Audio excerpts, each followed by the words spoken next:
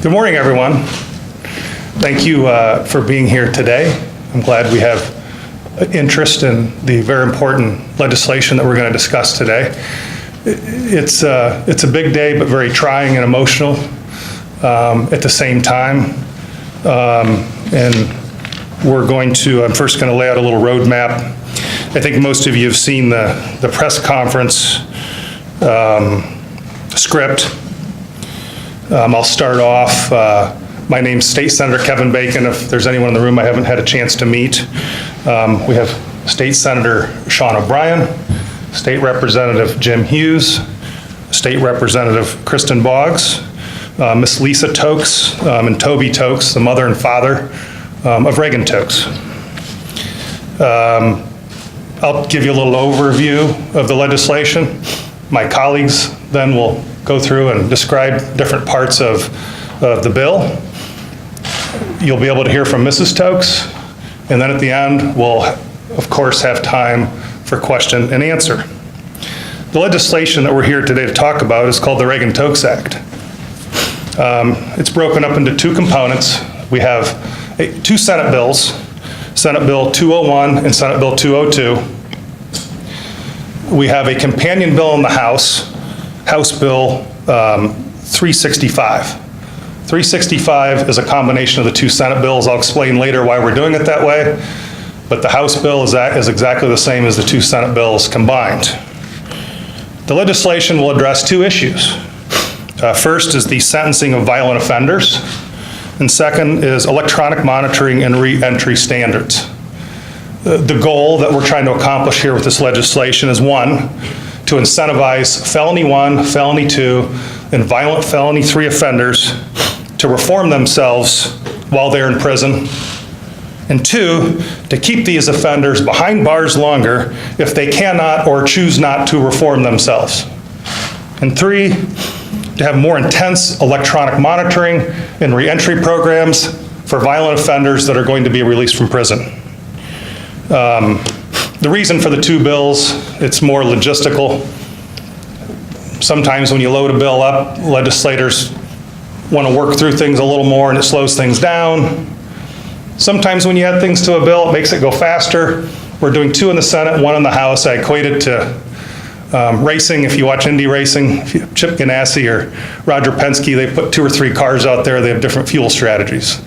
And when their cars are going to pit. So this is really just more of a way of trying to make sure that if the bill does get hung up while things are being worked on, we have at least one of the two components that can go through and not have to have the entire bill held up. But this is a bipartisan effort. Now, there is nothing we can do to bring back Reagan Tokes into this world. But we're standing here as a team, the House and the Senate, Republican and Democrat, to tackle an issue.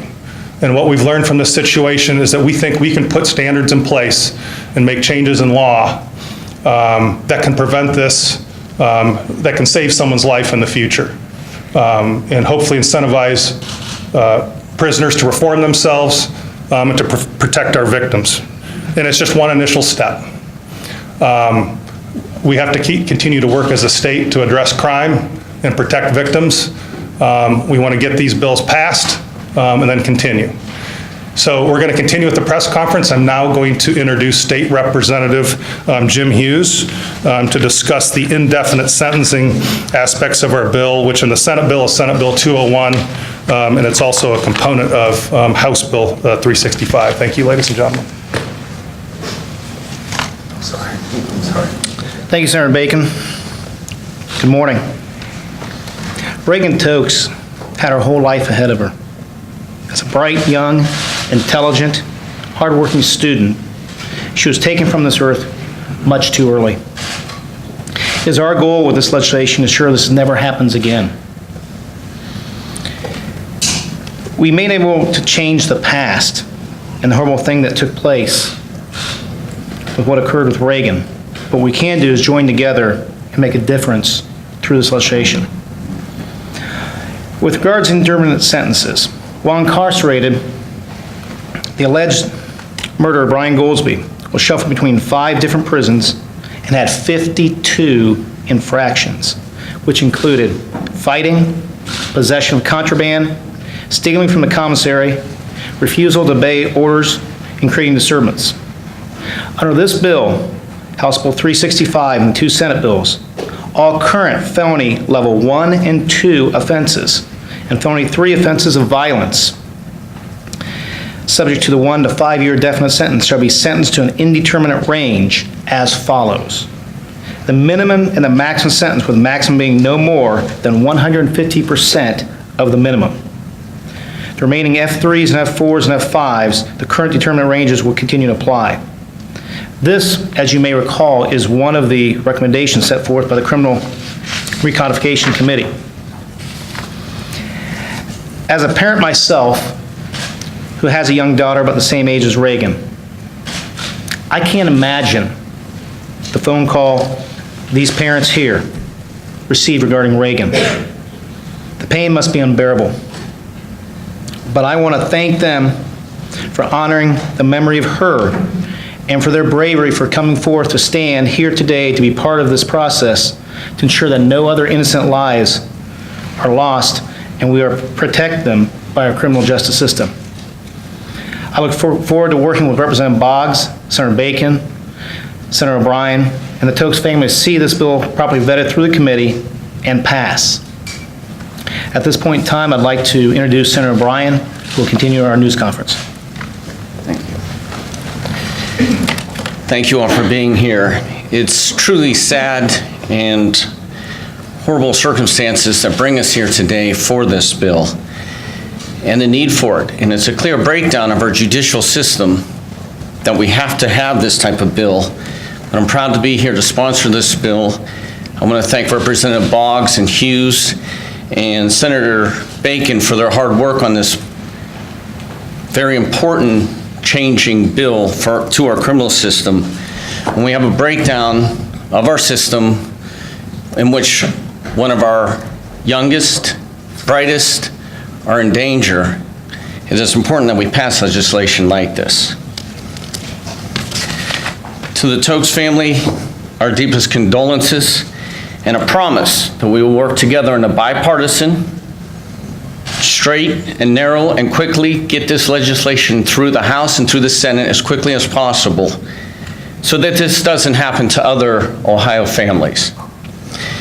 One of the parts of the bill that we will be working on is the fact that when violent criminals are released from the penal system, many are not put into the private systems because they're rejected because of their violent behavior. This bill seeks to have the Department of Corrections create a system where these violent criminals are not just released into the streets. And that's what happened in this case. They will set up guide rails and support so that someone who is released is not homeless, that they have the safeguards to be protected, to protect our society from them. Another important factor of this legislation is our parole officers, making sure that their dockets are manageable, that they're able to comply with the court's rulings and monitoring of criminals who are supposed to be rehabilitated and brought back into society. This legislation will ensure that they get that type of support. And I think that's important that we make sure that happens. Again, to the Tokes family, thank you for your courage for being here. And as Representative Hughes said, I have a daughter at the same age who's attending college and is a freshman.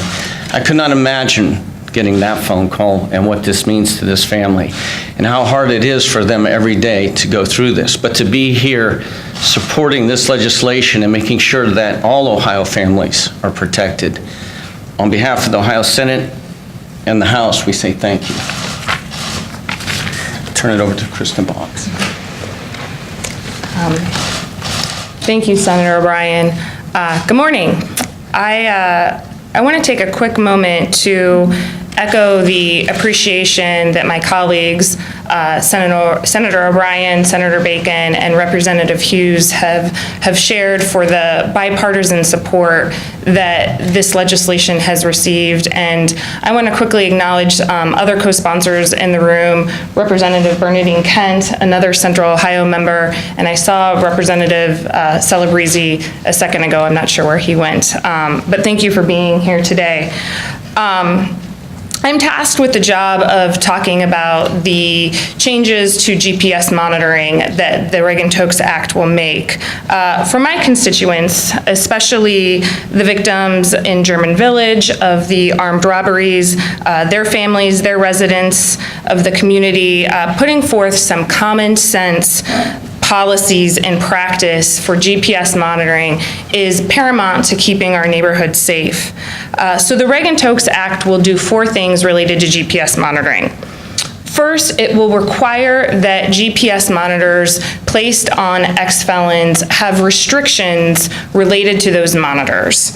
I heard from many residents in my district, why wasn't anyone watching this man who was being monitored by a GPS? And I would have to explain, it's not that he wasn't being watched, it's that there were no restriction placed on his GPS monitor. So without restrictions, an offender can go anywhere, anytime, any place, do anything, and the data that's being collected by that GPS monitor has no context. It has no meaning without restrictions.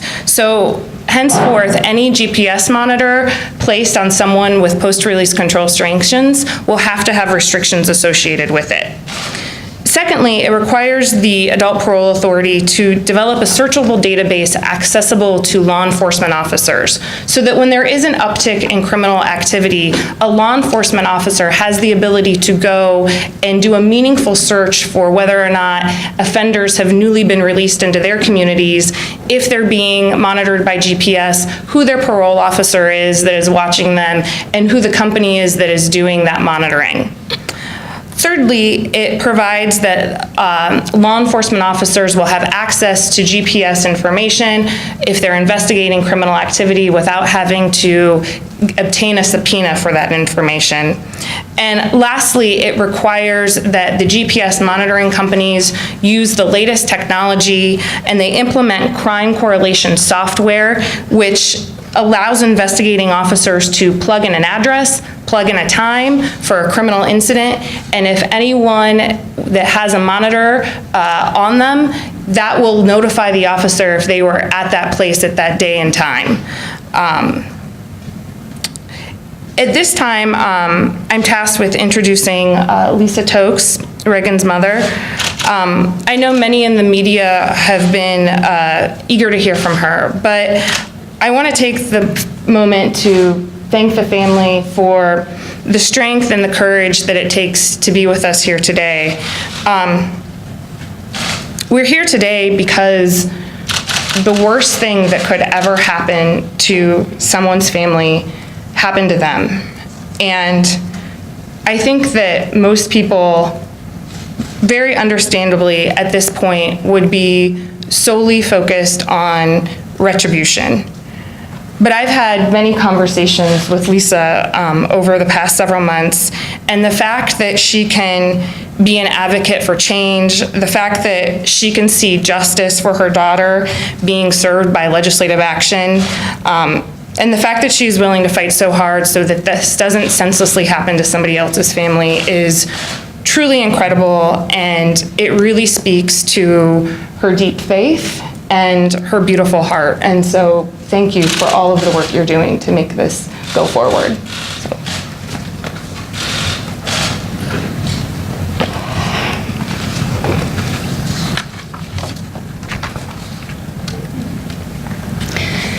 Thank you for all who are here today to help continue to cover this. Thank you to the team that has partnered with us. And I just ask for your patience as I read this, because obviously it is incredibly from the heart and emotional.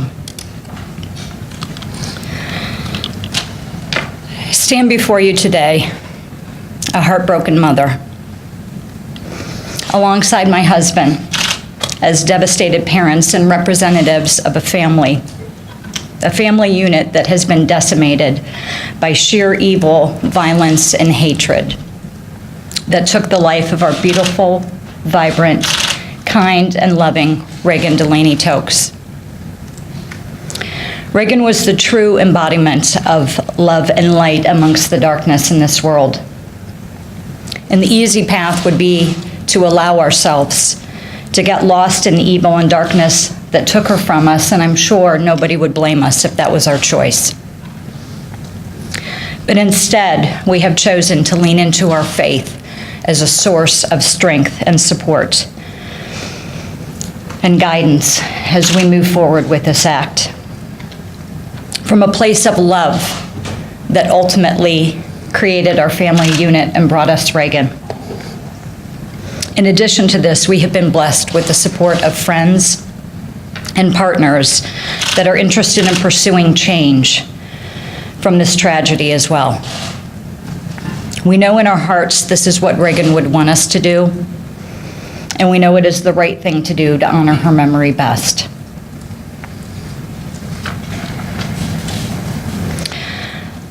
Love is a verb. Love is an action. Love is worth fighting for. Love is a gift from God, and it is inscribed on a heart where it shall remain forever. And it is because of this love that we have for our daughter we stand before you with this legislative team to ask for your support to help us in the efforts to get the Reagan Tokes Act moved through the Ohio House of Representatives and the Ohio Senate to be voted into law. We have all partnered together to closely examine the flaws and failures of the current judicial process and system that allow this violence and evil to occur. It is reprehensible in the wake of this flawed system that violence like this happens time and time again, resulting in the loss of innocent, law-abiding citizens' lives that have so much positive to offer this world, like Reagan did. I mean, look around at her images. She was a person that loved life more than anyone I know. And it's apparent in every picture you see of her. That beautiful, beaming smile. It would light up and electrify a room when she entered it. And the spirit and energy that was behind that smile was even more powerful.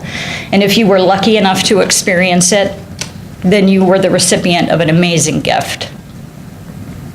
She left a lasting imprint on the hearts of so many that she came in contact with.